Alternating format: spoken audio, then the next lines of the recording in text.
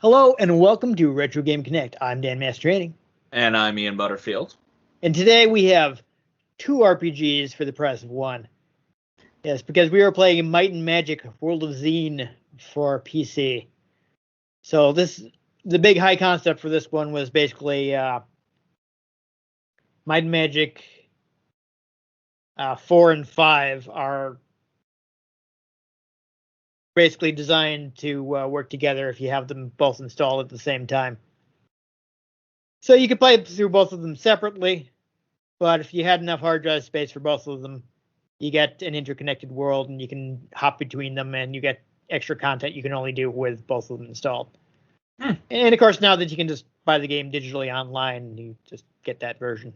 So that's where we're going to go ahead and play. Woo! So this is the CD-ROM version also, which adds more speech. So there's a good amount of speech in this. I don't know if you want to bother watching the intro. So we get the Dark Side of Xeen intro, which is for the later game. The intro for the first game is also in there. We can watch that from the main menu. Would you rather watch that one? Nah. This one's already playing. Yeah. Watched at least a little of it. I don't know how long it goes. I skipped it every time because I was just trying to start up the game, make sure it record correctly. Aren't those the creatures from the Dark Crystal? It kind of looks like it. It's supposed to be a dragon. I'm a prisoner. All is lost. That is a little weird. Oh, great. There's a cube. Yeah. You misguided mechanism. You'll destroy us all. So I don't think this is spoilers because this is after all the fourth and were you turning on your lumlock there? Oh, it's on. I don't know why. I don't know why when I hit enter it shows that. I was trying to figure out how to skip this. Escape.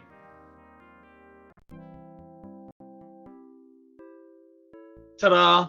Yes, so we don't, I think, have to change any options or anything here. So go ahead and click to bring up the main menu and start a new game. I'm not just going to watch the credits the whole time? You can go ahead and overwrite the test one. If that is, as it suggests, just a test. And whatever you'd like, Ian. You have direct control. Sure. Assuming direct control. Yes. It won't let me capitalize the whole thing. It's probably expecting a normal name. That's fine. Just hit enter. So adventure is easier, so I would suggest that.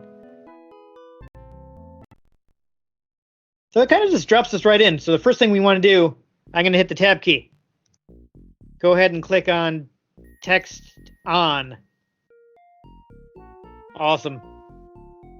All right, and you'll see there's a slime right there. Before we do anything else, why don't you click on that bow and arrow? Boom. Yeet. Just kill the slime. So we have a couple choices. Weirdly enough, there's these little ping noises and stuff going on. Because I'm wearing my Aeropex, my brain keeps thinking it's my phone going off. Hope you remember to mute it. What I was about to say, Ian, is the game gives us the default party. The default party is perfectly fine. You can beat the game with the default party. If you want to just use the default party, we can just walk forward. If you would like to create your own characters, you can turn around and go into the tavern. So whatever you'd like to do.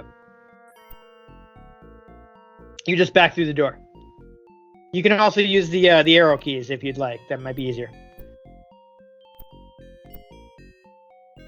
Yeah, if you want to turn around, hit left or right. Oh, can't. You don't want to do that.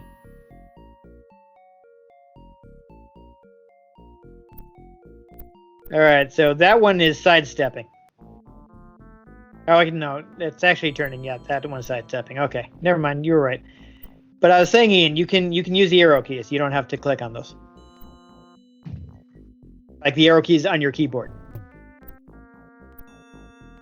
I don't like it. Okay, I think I can get used to Yeah, if you wanna like sidestep, you have to hold control. Otherwise, it's just turning. it. Okay. If you hit space wrong? here, you can talk to people. Get lost. Can't you see I'm drinking? No. Literally, because you don't exist. Yeah, it's weird. I guess it's a limitation of the engine. So if you want to find the front desk, that's where you would go to create a character. So I love that I'm just circling this table. Okay, hold on, Ian.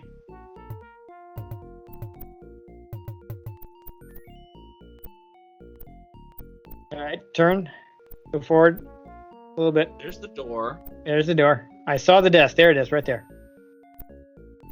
Yeah. So you're. Oh. Oh! Why are there slimes in here? Okay, that's auto. Okay, never mind. That's fine.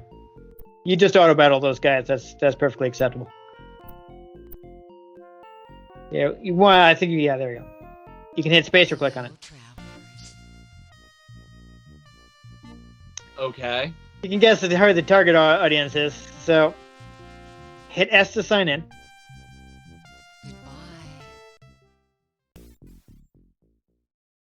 That's a neat little animation. Yeah, so if you want to create a character, we don't even have to necessarily use this character, but if you wanted to see the character creation, hit C or click on that.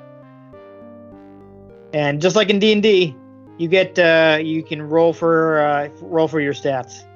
Oh, Or you that's can pretty take the neat. stats you already if you like these stats but they're not where you want them, you can swap them.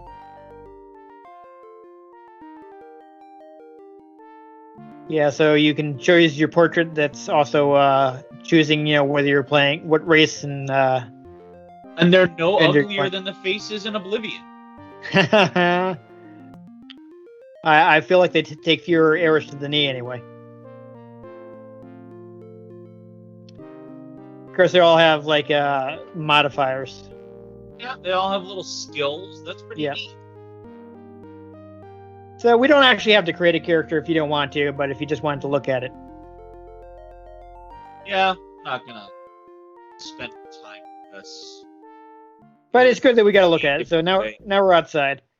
What we can actually do, since you took a little damage in that battle, you can rest with the little camp icon. 6 food consumed. Yep. So go ahead and walk up to that tent. The tent is going to be our first quest. Welcome to Vertigo. Sadly, most of the population has left because the town is infested with pests. A couple of years ago, I hired Joe, the exterminator, to rid the town of this menace. But the problem seems to be getting worse. Perhaps you could help.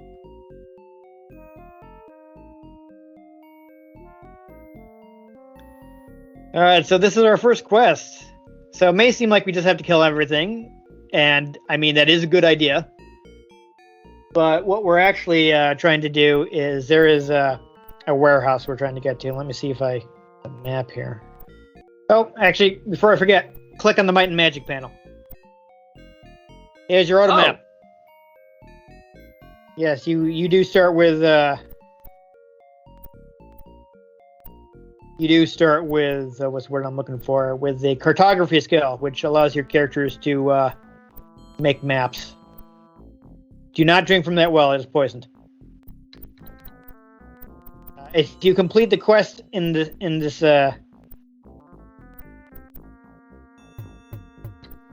I'm looking at the wrong thing here. I'm waiting for you to tell me where to go. You said you were looking up the map. Yeah, sorry, I'm looking at the wrong. Okay, this is not what I thought it was. For searching a tree, I think anybody can do it. Yeah, so there's gold in the trees for some reason. There's one. Oh, I think the place you want to go is going to be on the northwest corner of the map. So, Northwest corner? yes. See, if you see this, I'm going to move the mouse for a second, Ian. This right here is your full auto map, if you want to take a look at the full map. Okay. So I think, yeah, go ahead and go.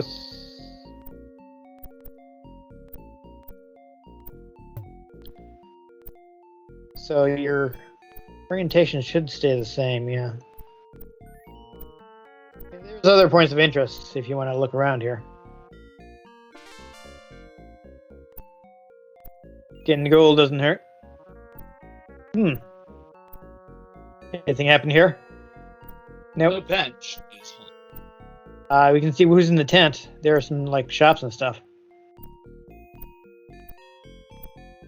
I will teach anyone pathfinding for 2,500 gold. I don't know if we have enough for that, but you can try it. Escape. Is Okay. there an inventory button? Yeah, so this... Yeah, we don't have anywhere near enough for that. Okay. So, in that case, I think we're Pathfinder. Okay, so right now we are in the upper right corner. So you want to head, yeah, that way. There we go.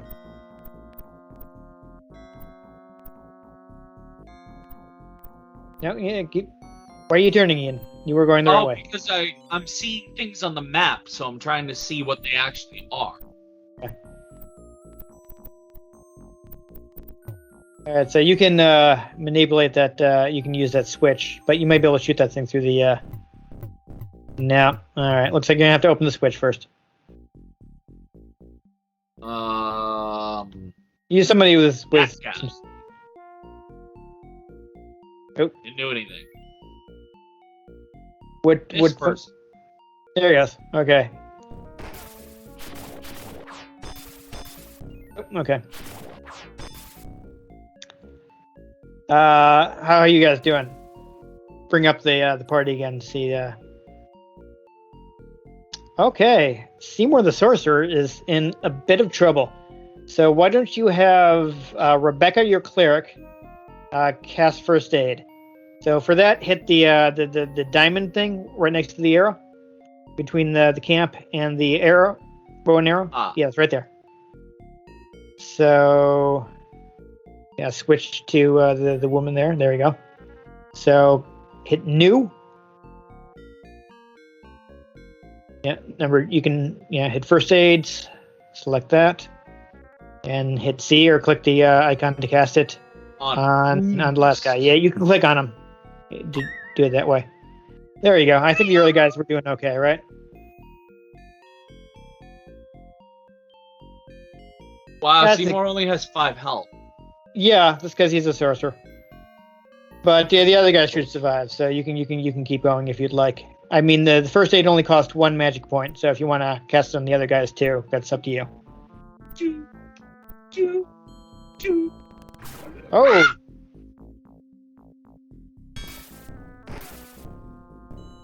Alright, so what I keep trying to tell you is that first icon is actually auto battle.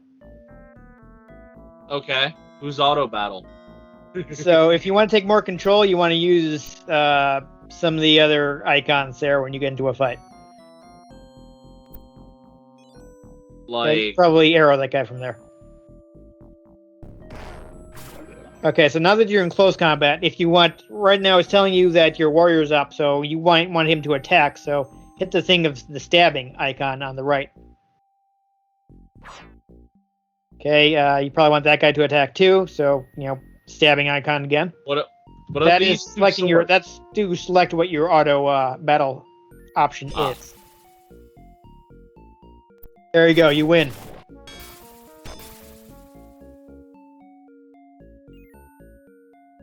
I don't think it matters. Whoa, oh.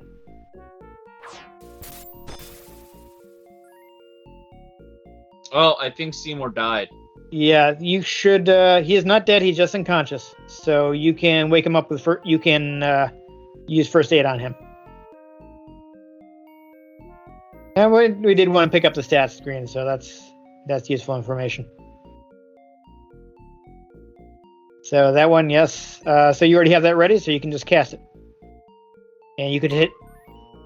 So if there are other people you want to help, you can also you can use the function keys instead of clicking on guys if that's faster. Like Rebecca could probably use more health. Yeah, 'cause she can heal herself, right? She can.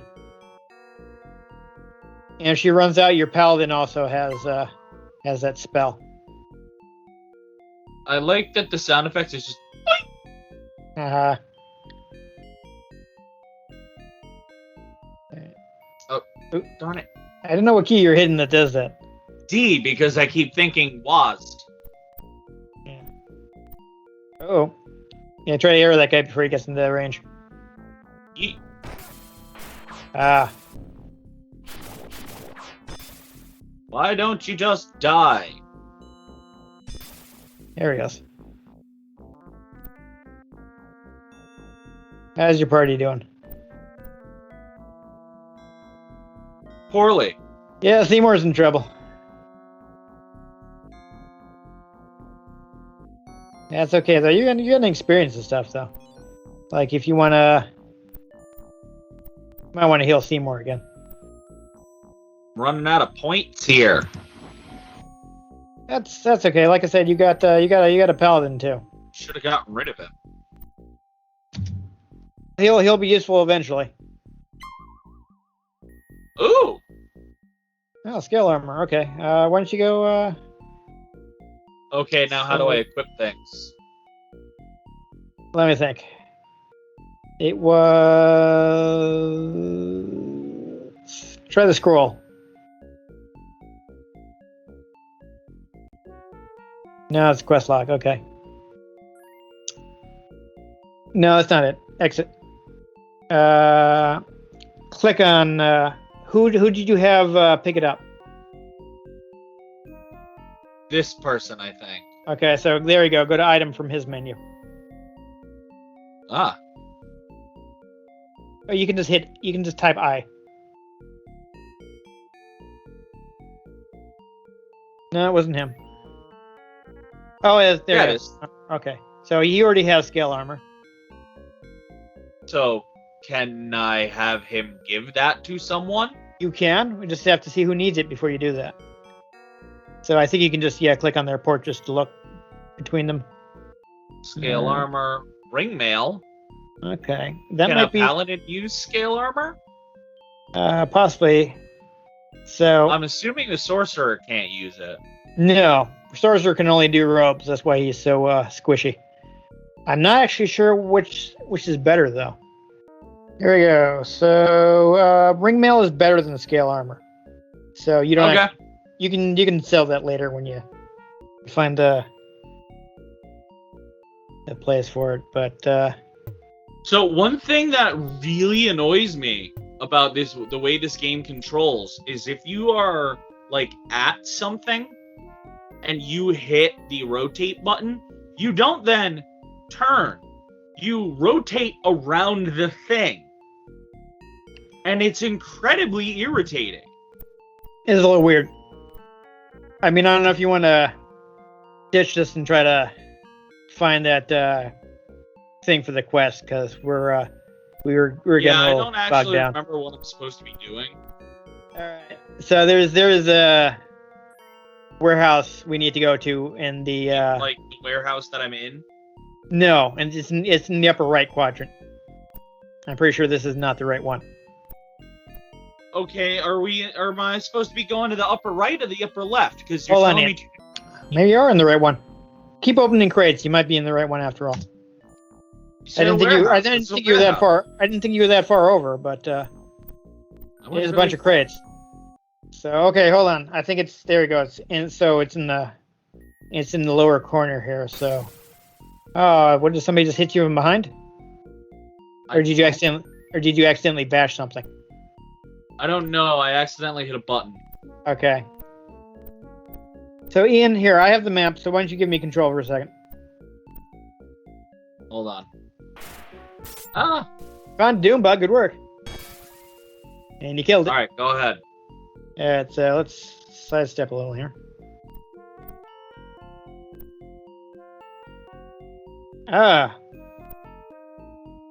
Crap.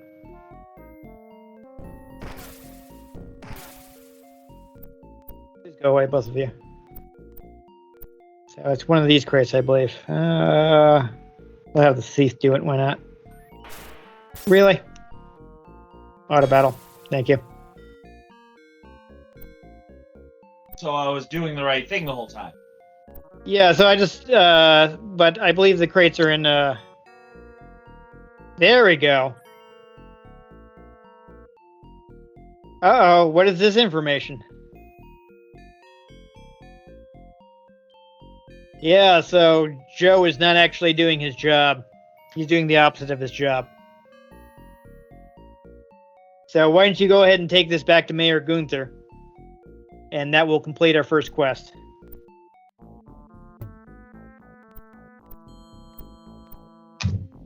So there might be useful stuff in the crate. Oof. In the crates, which we would normally, we would normally want to go through all these crates, but you find a cutlass. Hold on, I'll find out if the cutlass is good.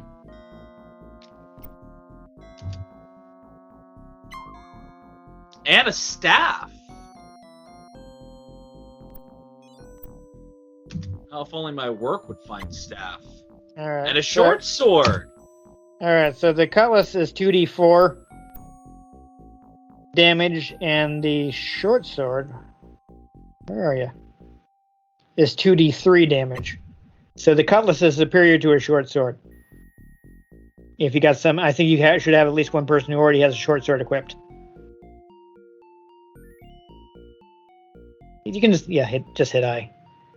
Saber is, where are you? 4d2.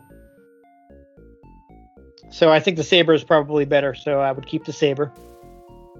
This guy already has a short sword. Which said the cutlass was better than the short sword? The cutlass is better than the short sword. Oh, let's give it to this guy. So, okay, what you need to do then is hit R, then select the cutlass, and then select the short sword. And he can just type 1. Wait, what? So, okay. So hit R to remove. Okay, and now you can equip. So we'll hit E and then press 2. Bam! Now you're Got off to a cutlass. Okay. And Now, I don't think anybody else. Can the staff be given to the sorcerer? Quite possibly. That is 2d4. Anybody can use it. What does he have? Club, it said? Yep. Yes, that's definitely better. So go ahead and give it to your crappy. Go ahead and give it to your. How do I do that? Wizard. Hold on. You want to. I've done this before. You don't want to discard it. That will get rid of it. Dang it. I did this before too. Hold on, let me try something. You're giving the staff, and I'm gonna hit F6. There we go.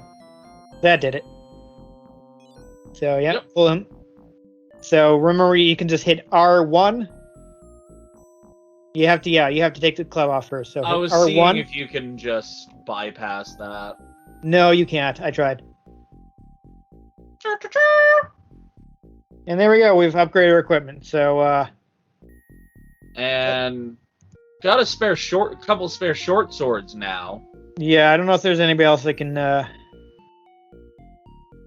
I can check and see who can use short swords, but probably not. Knight Paladin. Robbers can use short swords. So if you wanna. That's Zippo, the female gnome robber. Yeah. So he has it. So we want to press that, and Then hit F4. 4. Yep. And then 1, E3. Yeah, there you go. AOE3. Good. Big C. Yeah, so like I said, there's probably other good stuff in here, but in the interest of time, let's just complete the. Ran into another one. So. All right. Why don't you? I don't think there are any monsters that can see you right now, so why don't you grab a nap before you leave?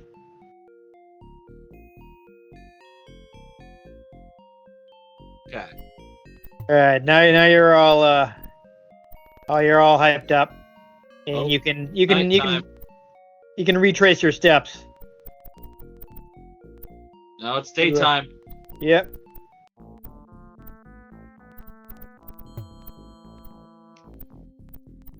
To get back to the little pavilion. No, not yet. You gotta. Yeah, I know. I'm just walking. Oh. Yes, this thing will be useful eventually, but we don't want to use it until we turn the quest.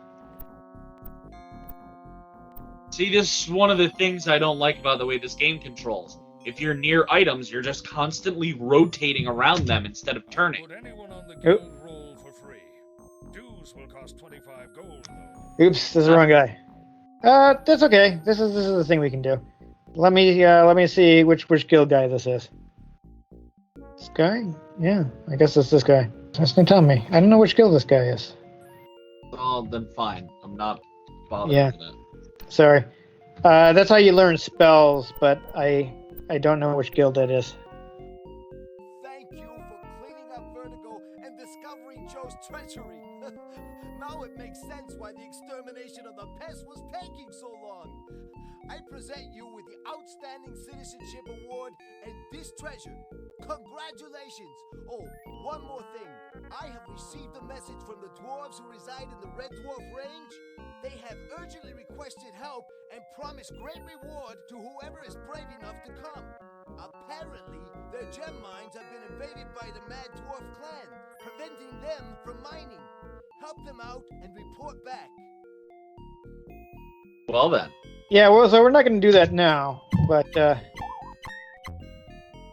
yeah, we got a whole bunch of experience. So do you want to stop here, or do you want to try leveling up before you quit? Because that is actually should be nearby. We'll look at the level up system. How do we do that? Okay, so that is you're at Joe's, right? The mayor. Okay. So you want to go up a little and to your left, and it'll be the building. Yeah. So turn here. Yeah, go that way. And it'll be to your north. So in that alcove. There you go. Yeah. So walk up to the desk and hit the space bar. Train. So Job. yeah, go ahead and you got the gold. So Good job. go ahead and level up your guys. Good job. Good job, Ian. Good job. Good job. Good job. Good job. Got 2 levels for everybody. Oh. Good job. Good job. Good job. Good job. Cool. So I guess we can quit out of here and we can see what we got our stats to. Oops. Oh, the HP has significantly increased. Yep. Yeah. If you actually click on their things, it'll give you all their stats. If you click on the portraits. So yeah. So it's probably not going to be too likely to happen, but you do have to be careful that characters can age out and lose stats. Your skills That's went up kinda and funny. stuff. Yeah.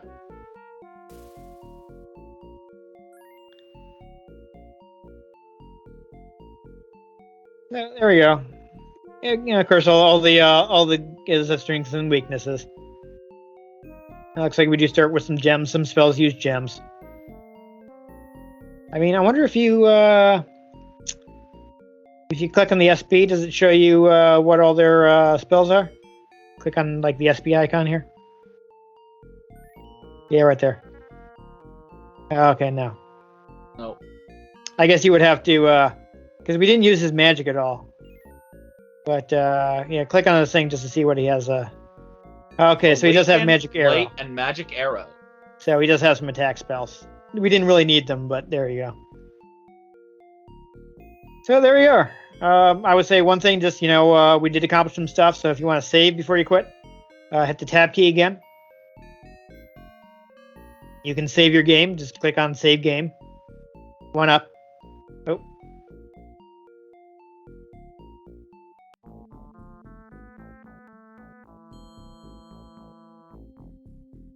Yeah, you pick to save as instead of just save.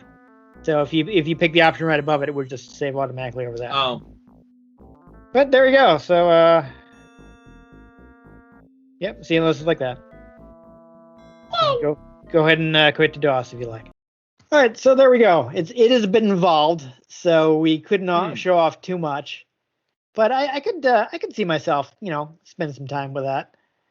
And the keyboard shortcuts were kind of neat the way they were highlighted, where it was like, oh, save, and the highlighted letter is how you do it. That's Items, the highlighted letter is how you do it. that's how it worked back in the DOS days. I never really played much for DOS games. I'm just even DOS interfaces in general are often like that, so that's actually pretty standard. But it's a good idea somebody had, and a lot of people copied. I mean, some older stuff you have to know what all the keyboard shortcuts are, and either like have it written down or memorized or something like that.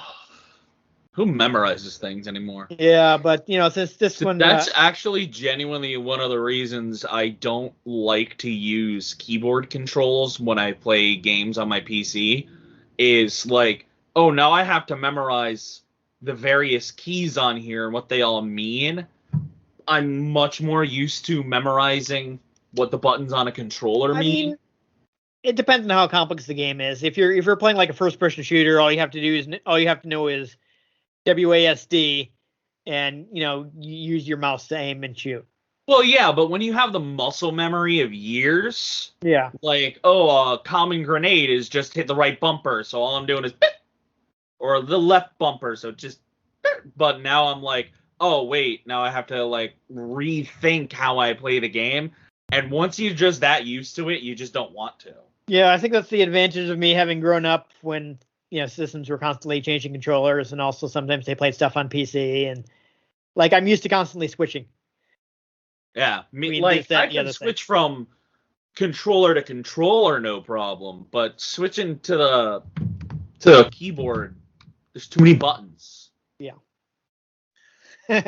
Literally, there's just too many buttons. I didn't play too many super complicated things growing up. I think the most I did was like Doom, where like, okay, press the number keys to select what weapon I'm using. Yeah, but even that would be like, oh wait, now I have to make sure I'm hitting the right key.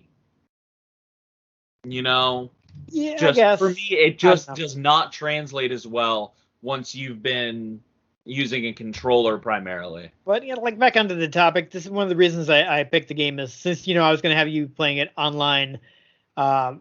Having the keyboard controls I thought would be a bit more reliable for you than trying to click on the stuff, because I know the mouse has been a bit dodgy for you sometimes.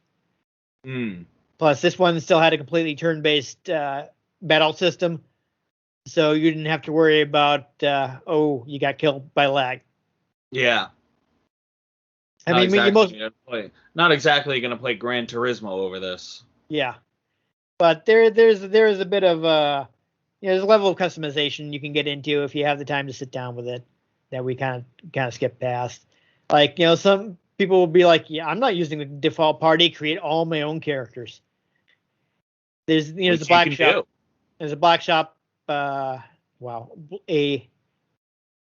blacksmith shop is what I was trying to say, where we could have sold the extra weapons, and if he had better stuff, bought better stuff for our guys. Since we had the robber on the team, you can actually steal from the display cases at the blacksmith shop, which I'm sure is all done by roll. Yeah. Well, the interesting thing is, I guess, like in that first stage, you will pretty much succeed as long as you have the skill. But if you try to steal with one of the other characters, you get caught and you get thrown into prison for a year. Rip. Yeah. So that's you get thrown into prison for the year and it's game over because you didn't stop something that was going to kill everybody within the year. Yeah, no, this game. I mean, it is possible to age out your characters in this, so things are not super time sensitive. It has that RPG thing of like, oh, hurry and save the world in 10 years, I guess. Whatever, we don't care. Skyrim, Alduin will kill us all, and you're just flitting about doing whatever. Exactly. That's all over RPGs. There's supposedly, the world's about to end, but it doesn't actually keep track. Yup. It's more surprising when games do keep track of how much time you have until the world ends. Dead Rising. Yeah. Which I actually did not care for that mechanic because I like to slow down and do all of the side quests. But no, you have to rush and memorize, and I'm like, I'm not that invested in this. Yeah, it's kind of tough. Well, that's what the overtime mode is for, I think. I guess once you've beaten it, you can do other modes where you can just survive as long as you want. Well, yeah, but you have to unlock that mode first. Yeah, no, I'm just saying. Anyhow, though, like, I mean, it is pretty involved. Later on, the games would have some real time aspects, which is again why we didn't play like some more recent RPGs that I have, because they're real time, they might mess us up over the internet. Though I guess we could have done 6, because I guess the real time is optional. You can do completely turn based if you wanted to. I wasn't clear on that. Like before I started like researching stuff, and I'd already said, okay, this is the game we're playing.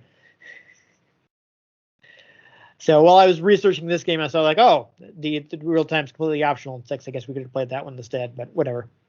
Neat. This one is also, though, kind of, I wanted to get a look at some of the old school stuff while having one that was new enough to have an auto map. Like some other games, like you're expected to map them yourself, which is for some people part of the fun. But like, even aside from whether the two of us would enjoy that kind of thing, it's just not really practical for our format. Nope. So, and I'm not a cartographer.